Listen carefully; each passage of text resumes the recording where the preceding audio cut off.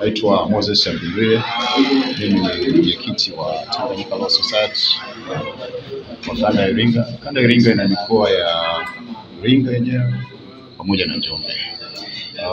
Leo hii tumeandaa semina hii kwa ajili ya kuwajengea uwezo watendaji, wenyeviti pamoja na wajumbe wa mabaraza ya kata ya ardhi katika manispaa ya Iringa.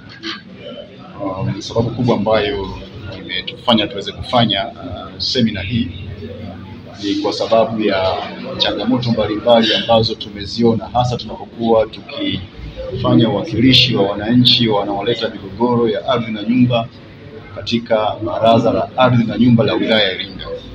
Tulibaini kwamba migogoro mingi haifanikiwi kusikilizwa na inafutwa kwa sababu ya hitilafu ambazo zimetokana na uandishi usio sahihi wakati wa usuluhishi wa masuala ya ardhi katika ngazi ya kata.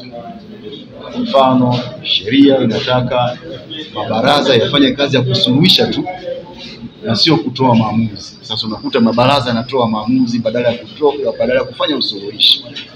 Na mabaraza yanapokuwa yamefanikiwa kusuluhisha, yanatakiwa yaandae cheti ambacho kinaonyesha kwamba mgogoro umesuluhishwa au haujasuluhishwa.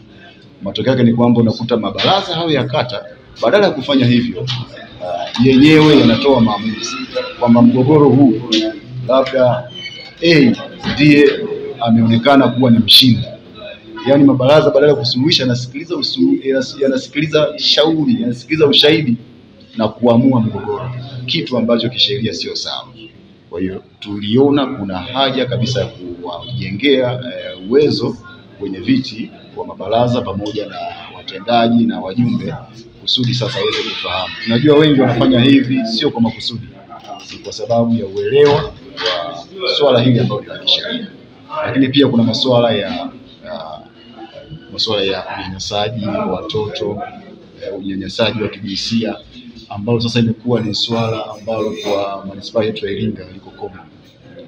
Tuliona pia tuwapatie uelewa hawa ambao wanadili au wanajihusisha na jamii kwa karibu zaidi, nikimaanisha kwamba hawa watendaji, wenyeviti pamoja na makatibu. Lakini pia katika kutekeleza majukumu yao wanatakiwa waweze kufuata taratibu. Kwa hiyo katika semina hii ya leo pia tutazungumza kuhusu utawala bora pamoja na kuongoza kwa kufuata sheria. Tunawajengea uwezo katika maeneo hayo.